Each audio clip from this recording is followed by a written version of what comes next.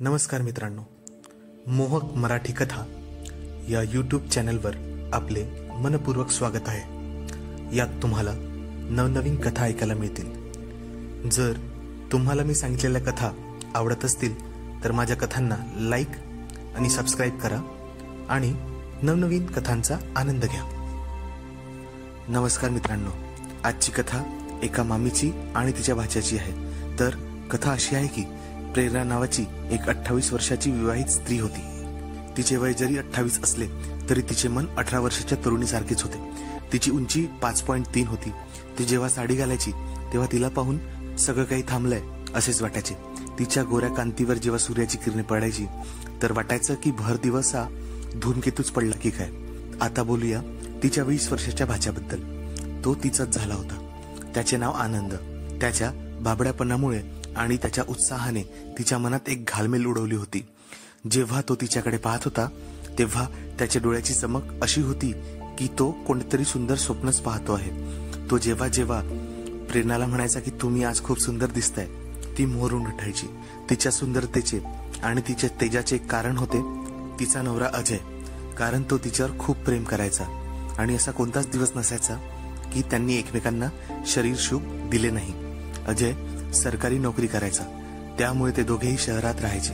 त्यांना नायशा नावाची एक गोंडस 1 वर्षाची मुलगी होती।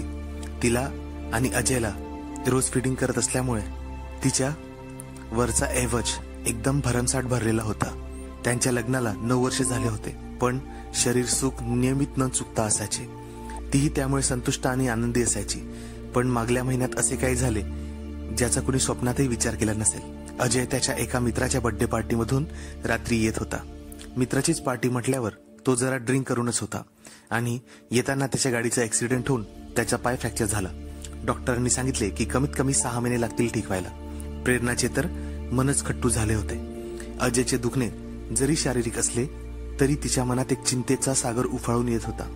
जेव्हा प्रेरणा हॉस्पिटलमध्ये गेली तेव्हा त्याला असे दुःखात तळमळताना पाहून तिने जवळ जाऊन त्याचा हात घट्ट पकडून घेतला। मग तिने अजयच्या बहिणीला, भाऊजींना आणि त्याच्या भाच्याला आनंदला बोलावून घेतले। काही दिवस अजयची बहीण आणि भाऊजी राहून परत चालले गेले, पण आनंदला अजय आणि प्रेरणाने थांबवून घेतले, कारण अजय उभा पण राहू शकत नव्हता। त्याच्या मदतीसाठी किंवा बाहेरून काही सामान आणण्यासाठी त्यांना आनंदची खूप गरज पडणार होती। म्हणून आपल्या बहिणीला सांगून अजयने त्याला थांबायला सांगितले आणि तोही खुशीने थांबला। आनंदची उंची जवळजवळ प्रेरणाच्या बरोबरच होती। त्याचा रंग गव्हाळ होता। तो एकदम साधा सिंपल मुलगा वाटत होता। प्रेरणाही खूप खुश होती की तिला मदत करायला कोणीतरी मिळाले। आनंद प्रेरणाला थोडं लाजायचा, कारण प्रेरणाच्या लग्नानंतर तो पहिल्यांदाच तिच्याकडे आला होता। एकदा जेव्हा अजयला ती जेवण चारत होती तेव्हा आनंद तिथेच बसला होता। थोड्या वेळाने आनंद झोपायला त्याच्या खोलीत गेला। अजयला थोडे बरे वाटत होते, पण त्याचे दुखणे तसेच होते। तेव्हा न राहून प्रेरणाने तिच्या भावना मोकळ्या केल्या।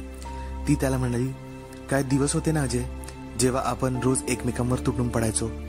तिचे बोलणे ऐकून अजय हसत हसत म्हणाला, काय झाले राणी, आज तर तू वेगळ्याच मूडमध्ये दिसते आहेस। त्यावर ती म्हणाली, हो हो, हे काय आहे, इथे माझी कंडिशन एवढी वाईट झाली आहे आणि तुम्हाला गंमत सुचते आहे। त्यावर अजय म्हणाला, अगं मला पण कळते ग राणी, पण तूच सांग मी काय करू। मला तर बरोबर उभेही राहता येत नाही। फक्त काही दिवस थांब, मग पहा मी तुझी आणि तुझ्या तिची कशी हालत करतोय ते। त्यावर प्रेरणा म्हणाली, थोडे दिवस, अहो पूर्ण 5 महिने बाकी आहेत अजून। माझा तर 1 महिन्यातच असा हाल झाला, माहित नाही नंतरचे दिवस कसे जाईल। तिची उदासी कमी करायला अजय तिच्या बरोबर चाळे करायला लागला आणि म्हणाला, चल जाऊ दे, कमीत कमी थोडं दूध तरी पाजून दे। ती म्हणाली, माझ्या थैल्या रिकाम्या आहेत पूर्ण, तुमच्या लाडक्या नायशाने संपवल्या सगळ्या। असे म्हणून ते दोघेही हसायला लागले। औषधांच्या डोजमुळे थोड्याच वेळात अजय झोपी गेला, पण प्रेरणाला कुठे झोप येणार होती, म्हणून ती आनंद काय करतोय, जागा आहे की झोपलाय हे पाहायला गेली होती, पण तो मोबाईल पाहत होता। प्रेरणा म्हणाली, काय झाले आनंद, 11 वाजले आणि तो अजूनही झोपला नाहीये, तुझं मन लागत नाहीये का? त्यावर आनंद बोलला, तसं काही नाहीये मामी, असाच फोनवर रील पाहत होतो। आणि तो बोलला, मामी तुम्ही पण झोपल्या नाही का अजून, काय झालं बरं? प्रेरणा बोलली, काय करू, मला आजकाल तर झोपच येत नाही, मी काय करू खरंच सांग। त्यावर आनंद बोलला, काय झालं मामी, तुम्हाला का झोप येत नाही? ती हसत हसत म्हणाली, नाही नाही, मी तुला नाही सांगू शकत आता, जेव्हा तुझं लग्न होईल ना तेव्हा तुला आपोआप कळेल। तिच्या तोंडून असे शब्द निघाल्यामुळे आनंदने लाजून आपली नजर खाली केली आणि आतल्या आताच लाजायला लागला. त्याला लाजताला पाहून प्रेरणा चावटपणे म्हणाली, एवढ्याशा गोष्टीवर तू लाजायला लागला? जाऊ दे बरं, हे सांग, आतापर्यंत तू कोणती मुलगी पटवली आहेस की नाही? आनंदही लाजत होता. तेव्हा प्रेरणाने त्याचा हात घट्ट पकडला आणि म्हणाली, अरे आपल्या मामीपासून एवढं काय लाजायचे, सांग ना बिंदास. त्यावर तो बोलला, मामी खरं सांगू, अशा गोष्टी आजपर्यंत मी आपल्या मित्रांसोबतही कधी केल्या नाही. त्यावर प्रेरणा लगेच म्हणाली, मग तू मला आपली मैत्रीण समज, कारण मला अशा गोष्टी करायला खूप आवडतात. मामीच्या अशा बोलण्यामुळे त्याची जरा हिंमत वाढली आणि मग त्याने सांगितले, होती एक, पण आता आमचे बोलणे होत नाही, आमचा ब्रेकअप झालाय. त्यावर मामी मिश्किलपणे बोलली, अच्छा, मग तुमच्यात काही झालं नाही का? आनंद बिचारा साधेपणे बोलला, हो भांडण झाले ना आमच्यात. त्यावर मोठ्याने प्रेरणा हसत म्हणाली, अरे मूर्खा, मला असं म्हणायचं आहे की तुम्ही एकमेकांसोबत काहीच केलं नाही का? म्हणजे शरीर संबंधाबद्दल बोलते रे मी, की तू तसाच आहे कोरा कोरा. त्यावर आनंद लाजतच बोलला, नाही मामी, मी तिला आजपर्यंत टच सुद्धा केले नाही. त्यावर ती बोलली, तू खूपच भोळा आहेस रे, पण काळजी करू नकोस, तू इथे आलायस ना, सगळं शिकून जाशील. असे म्हणत प्रेरणाने त्याचा हात पटकन दाबला. आनंद घाबरला होता, थोडा उत्तेजितही झाला होता. त्याने स्वतःला कसेबसे कंट्रोल केले आणि ते बोलता बोलता तिथेच झोपी गेले. जेव्हा सकाळी प्रेरणा उठली तेव्हा तिने पाहिले आनंद बेडवर बसला होता आणि तिला पाहत होता. आज त्याच्या नजरेत तिला बराच फरक जाणवला होता. कदाचित काल झालेल्या गोष्टीमुळे त्याच्या मनात तिच्याबद्दल एक वेगळेच आकर्षण तयार झाले होते. प्रेरणा उठल्यावर तो थोडा गांगरला आणि त्याने तिला गुड मॉर्निंग म्हटले. तिने विचारले, असं काय बघतोस माझ्याकडे? तो बोलला, मामी तुम्ही खूपच सुंदर दिसता. त्यावरती सावटपणे बोलली, म्हणूनच मी झोपली असताना तू माझ्या सुंदरतेला निरखून पाहत होता ना. तू काय काय बघितलेस सांग? रात्री तर खूप लाज वाटत होती ना तुला? त्याने परत लाजेने मान खाली घातली, पण थोडी हिंमत करून म्हणाला, मामी एक विचारू, तुम्हाला वाईट तर नाही वाटणार ना? त्यावर प्रेरणा म्हणाली, अरे मी काय मूर्ख आहे वाईट वाटायला, बिंदास विचार ना. मग तो बोलला, खरं खरं सांगा मामी, तुमच्या या 2 मोठ्या मोठ्या दुधाच्या थैल्या घेऊन तुम्ही फिरता, कसं सांभाळता तुम्ही यांचे वजन? जड नाही का वाटत तुम्हाला?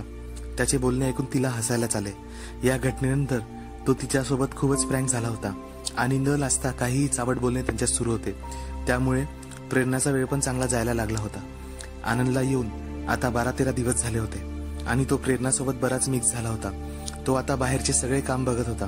बाहेरची खरेदी, मामाला वॉकला घेऊन जाणे इत्यादी कामे तो करू लागला आणि सायंकाळी तो तिचे डोके दाबून देत होता, तर कधी त्यांच्या हातापायांची मालिश करून देत होता. पण दिवसेंदिवस प्रेरणाच्या अपेक्षा वाढतच होत्या. अजयची तब्येत अजूनही तशीच होती आणि तिच्या शरीराची भूक आता तिच्या कंट्रोलच्या बाहेर जात होती. आता तिला वाटत होतं आता तर आनंदच आहे जो तिची मदत करू शकणार आहे तिच्या शरीराच्या गरजा पूर्ण करण्यासाठी. तिच्या शेजारी आणखी 3 मुले शिकायला राहायची. जेव्हा जेव्हा ती गच्चीवर केस वाळवायला किंवा कपडे वाळवायला जायची तेव्हा ते तिच्याकडे पाहत राहायचे. तिने बऱ्याचदा विचार केला त्या तिघांपैकी एकाला पकडून आपली गरज आतासाठी भागवावी, पण नंतर तिने विचार केला की ती या घराची इज्जत आहे आणि उद्या यापैकी कुणी तोंड उघडून तिची किंवा तिच्या नवऱ्याची बदनामी केली तर, म्हणून तिने हा विचारच ड्रॉप केला. पण आनंद घरचाच होता म्हणून तिने मनातल्या मनात ठरवले की आता आनंदकडूनच आपली गरज पूर्ण करू. तिने आज पक्का प्लॅन बनवला होता आनंदला जाळ्यात ओढण्याचा. या विचारात ती किचनमध्ये गेली आणि त्यानंतर ती आपल्या बेडरूम मध्ये आली. जसे की आपल्याला माहित आहे, तिच्या दुधाची मात्रा खूप जास्त होती आणि तिची मुलगी नायशा सुद्धा तिच्या आईकडे गेली होती, कारण तिला सांभाळायला कोणी नव्हतं. म्हणून ती सक्शन पंपने आपले एक्स्ट्रा दूध काढून टाकत होती. तिने दरवाजा जाणून लॉक केला नव्हता आणि हलका टेकून ठेवला होता. तिला माहित होते घरी आनंद आणि अजय शिवाय कुणीच नाही. अजय स्वतः उठून येऊ शकत नाही, तर तिला काहीच चिंता नव्हती. आनंद जसा त्या रूम मध्ये आला तिला पाहून तो एकदमच घाबरला आणि सॉरी बोलू लागला, मला माफ करा मामी, पाहिलेच नाही, असे म्हणत तो बाहेर जाऊ लागला. तेव्हाच तिने त्याला थांबवायला सांगितले. अरे आनंद, काही प्रॉब्लेम नाही, ये आत आणि माझी मदत कर. पण तो तिथेच दारात उभा होता. त्याची हिंमत काही होत नव्हती, पण त्याची नजर तिच्या त्या भागांवरच फिरत होती. पण काही पण केलं तरी ती त्याची मामी होती म्हणून तो थोडा अनकम्फर्टेबल होत होता. प्रेरणाने परत आवाज दिला, अरे इतका काय लाजतोयस तू? आता लवकर ये, माझी मदत कर. आता हळूहळू तो रूम मध्ये आत आला आणि तिच्या जवळ येऊन बसला. तो तिच्याकडे आवाजून पाहत होता. त्यावर प्रेरणा बोलली, असे काय पाहतोस माझ्याकडे? तू आजपर्यंत कधी असे उघडे पाहिले नाही का कोणाचे? आता त्याची लाज आणि भीती कमी झाली होती म्हणून तो म्हणाला, आई शपथ मामी, मी सांगू शकत नाही की मला कसे वाटत आहे. मी आजपर्यंत एवढे सुंदर कबुतरांची जोडी कधीच पाहिली नाही. त्यावर प्रेरणा म्हणाली, असू दे, माझी खूप तारीफ करत बसू नको, इथे येऊन माझी मदत कर. तेव्हा आनंद बोलला, मला माहित नाही मम्मी हे कसे करायचे. ती म्हणाली, अरे गाढवा, त्यात खूप नाही करायचे. एक काम कर, हे पकड आणि हळूहळू याचा नॉब दाब. असे म्हणत तिने तो सक्शन पंप त्याला पकडायला सांगितला. तो हळूहळू दूध काढू लागला, पण लवकरच त्याची स्पीड वाढली. त्याचा हात जोरजोराने चालू लागला. तो बराच उत्साहित झाला होता. तिला वाटले हीच वेळ पुढे जायची. ती थोडी पुढे वाकली आणि तिने आपला हात त्याच्या मांडीवर ठेवला. तिने पाहिले तर आनंदचे कामच संपले होते. तिला फक्त पाहूनच आणि एका स्पर्शाने त्याच्यातला पुरुष थंड झाला होता. ते पाहून प्रेरणा उदास झाली, पण तिचे हसूच निघाले आणि ती खट्याळपणे चापट मारत त्याला म्हणाली, अरे हे काय मूर्खा, तू तर सुरू व्हायच्या पूर्वीच संपला. तो एकदम भानावर आला आणि खजील होऊन बोलू लागला, सॉरी मामी, खरंच सॉरी. मी असं काही पहिल्यांदाच करतोय म्हणून माझ्यासोबत असे झाले. थांबा, मी जाऊन स्वतःला साफ करून येतो. तो उठून वॉशरूम मध्ये चालला गेला. मग प्रेरणाने त्याला थांबवले नाही. तिला कळून चुकले होते की ते याच्यासाठी एवढे सोपे राहणार नाही. त्या चक्करमध्ये आजचे जेवणही लेट तयार झाले होते. मग प्रेरणाने पटकन जेवण तयार केले आणि अजयला तिने जेवण नेऊन दिले. अजयही वाटच पाहत होता. अजय अगदी साधा माणूस होता. त्याला प्रेरणाची खूप चिंता होती. जेव्हा ती त्याच्यासाठी जेवण घेऊन गेली तेव्हा ती घामाने पूर्णपणे भिजली होती. पहिलेच मगाशीच्या प्रसंगाची उष्णता आणि आता घाईघाईत उरकलेली कामे. तिला पाहून अजय बोलला, तू किती थकलीस ना, काय हाल बनवून ठेवला स्वतःचा, थोडा आराम करत जा. त्यावर ती त्याला छेडतच म्हणाली, हे तर काहीच नाही. आपण जेव्हा ते करत होतो ना तेव्हा मी याच्यापेक्षा जास्त घामाघूम होत होते. यापेक्षा वाईट हाल होत होते माझे. मी तुम्हाला कितीतरी वेळा म्हणाले, थांबा प्लीज, थांबा प्लीज, थांबा, पण तुम्ही काही ऐकत नव्हता. उलट आपली स्पीड डबल करत होता. तिच्या तोंडून असे काही ऐकून अजय हसायला लागला आणि म्हणाला, प्रेरणा, तू पण ना कुठची गोष्ट कुठे घेऊन जाते. असे म्हणत त्याने जेवण केले आणि औषध घेऊन झोपून गेला. तिला सुद्धा झोपायचे होते कारण ती आज खूपच थकली होती. म्हणून आंघोळ करून ती फ्रेश झाली. त्यानंतर आनंदच्या रूम मध्ये गेली, पण तो झोपला होता. मग ती सुद्धा झोपली. दुसऱ्या दिवशी ती त्याला चहा द्यायला त्याच्या रूम मध्ये गेली तेव्हा तो फोन पाहत होता. तिला पाहताच त्याच्या चेहऱ्यावर एक स्माईल आली. ती हसली आणि हसून विचारायला लागली, काय झाले आनंद, तू आज जसा ढिलाढिला काय वाटतोयस. आनंद त्यावर बोलला, मामी, असा अनुभव माझ्यासाठी पहिल्यांदाच होता. प्लीज वाईट वाटून घेऊ नका. मी खरं सांगतोय, त्यामुळे मी काही करू शकलो नाही. त्याला तिथेच थांबून प्रेरणा बोलली, अरे मूर्खा, मला खरंच वाईट वाटले नाहीये. खरं सांगू, मला तर चांगलंच वाटलं. मग ते दोघेही चहा पीत बसले आणि इकडच्या तिकडच्या गोष्टी करायला लागले. आज आनंदच्या तोंडून प्रेरणाची खूप तारीफ होत होती. मामी, तुम्ही किती चांगले आहात. मला असं वाटतं की मी तुमच्याच सोबत कायमचे राहावे. या 13 दिवसात मला खूप छान वाटले आणि वरून तुमच्या सुंदरतेने मी खूप मोहित आहे. तुम्ही मला खूप आवडायला लागले आहे. असे म्हणून त्याने तिचा हात पकडला. त्यावर प्रेरणा बोलली, काय झालंय तुला, आज इतकी तारीफ काय करतोस माझी. तो पुढे बोलला, बरं मामी, तुम्ही बोलल्या होत्या ना की तुम्हालाच माझी मदत करावी लागेल या कामात. प्लीज मदत करा ना माझी. फक्त एकदाच मला तुम्ही सगळे शिकवा. त्यानंतर तुम्ही जसे म्हणाल मी तसेच करीन. म्हणत म्हणत तो अगदी लाजत होता. त्याचा चेहरा टमाटर सारखा लाल झाला होता. प्रेरणाला तर हसायलाच येत होते. तिने त्याच्या डोक्यावरून हात फिरत म्हणाले, अरे तू एवढा सिरियस काय होतोयस. करेल मी तुझी मदत. मी आजपर्यंत तुला कोणत्या गोष्टीला मना केलाय का. तसेही तुझे मामा आपल्या जागेवरून हलू शकत नाही. तर मग तूच आहे ना एकटा जो मला सुख देऊ शकतोस. तू इतका लाजू नकोस. असा लाजला तर कसे होईल. आपल्याला बरीच मजा करायची आहे. आजपासून तू मला आपली मामी समजू नकोस, तर आपली गर्लफ्रेंड समज. त्यावर तो चिंतेत बोलला, आणि आणखी एक गोष्ट आहे मामी, माझा तर हात लावताच निघून जातो. त्यावर ती बोलली, तू काही चिंता करू नकोस. तू बस रेडी राहा. बाकी सगळी व्यवस्था मी करीन. प्रेरणाने विश्वास दिल्याने आनंद खूप खुश झाला. आता संध्याकाळ झाली होती. प्रेरणाने अजयची पटापट आंघोळ करून दिली आणि आनंद पण अजयला वॉक करायला घेऊन गेला. तेवढ्यात प्रेरणाने पूर्ण स्वयंपाक रेडी केला. ते परत आल्यावर सगळ्यांनी हातपाय धुवून जेवण केले. थोड्या वेळातच अजयला तिने औषध दिली आणि ती त्याचे डोके दाबायला लागली. जसे तिला कळले की अजय झोपला आहे, तिने आंघोळ केली आणि पिवळ्या रंगाची पारदर्शक साडी आणि स्लीवलेस ब्लाउज घालून केस मोकळे सोडून ती तयार झाली.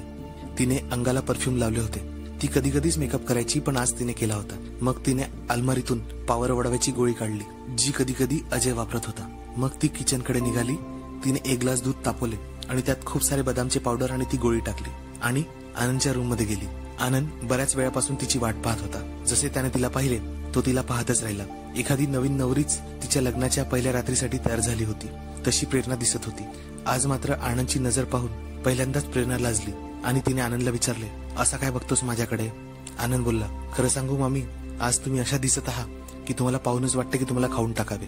मग तिने हसत हसत त्याला दुधाचा ग्लास दिला. एका श्वासातच पूर्ण ग्लास संपवला होता. आता प्रेरणाने आनंदला गच्च मिठी मारली आणि ते दोघे एकमेकांना कुरवाळायला लागले.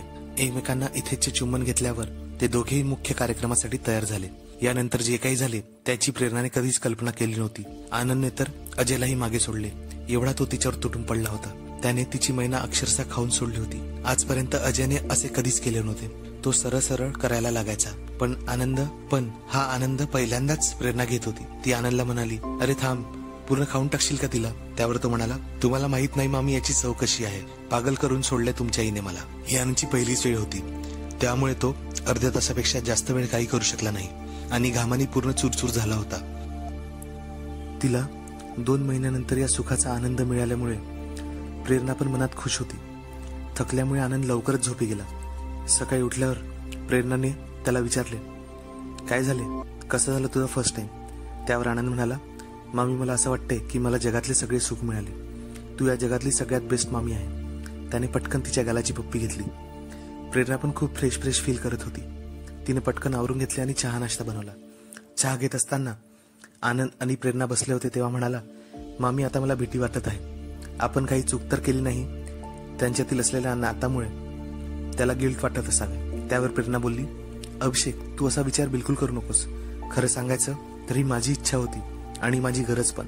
कारण तुझे मामा 6 महिन्यापासून आता उठू शकणार नाहीयेत. मी स्वतःला तेवढे दिवस थांबू शकले नसते. तू माझी मदत केली आहेस, त्यामुळे प्लीज टेन्शन घेऊ नकोस. आणि हो, हे आपल्या दोघांचे सिक्रेट आहे, त्यामुळे इतर कोणालाही ते कळता कामा नये. त्यावर आनंद बोलला, पण मामी जर मला सवय लागली तर? तेव्हा प्रेरणा म्हणाली, त्यात काय, येऊन जाशील ना तू तुझ्या मामीकडे तुझी जेव्हा इच्छा झाली तर. असे म्हणत ती हसायला लागली आणि त्याच्या डोक्यावरून प्रेमाने हात फिरवला. त्यानंतर प्रेरणा आणि आनंदचा रोजच खेळ सुरू झाला. रोज रात्री तर ते करायचेच, पण जेव्हा इच्छा झाली तेव्हा ते एकमेकाला चांगले रगडून करायचे. प्रेरणाला नेहमीच वाटायचे की आनंद सोबत असे सगळे करून तिने काही चूक तर केली नाही, पण शरीराची भूक नेहमीच सगळं विसरायला भाग पाडते. अनेकदा नातेसंबंध पलीकडे माणूस फक्त शरीर आणि तृप्ती यांचाच विचार करतो. तर मित्रांनो, तुम्हाला आमची स्टोरी कशी वाटली हे नक्की सांगा. काही गाईडलाईन्समुळे आम्हाला आमचे जुने व्हिडिओ काढायला लागले आहेत, त्यामुळे आम्ही तुमची क्षमा मागतो आणि लवकरच दुसरं काही ऑप्शन घेऊन तुमच्या सेवेत हजर राहू. तर लाईक करा, शेअर करा आणि सबस्क्राईब करा आणि आनंद घेत राहा आमच्या YouTube चॅनलचा. तर लवकरच भेटू. धन्यवाद.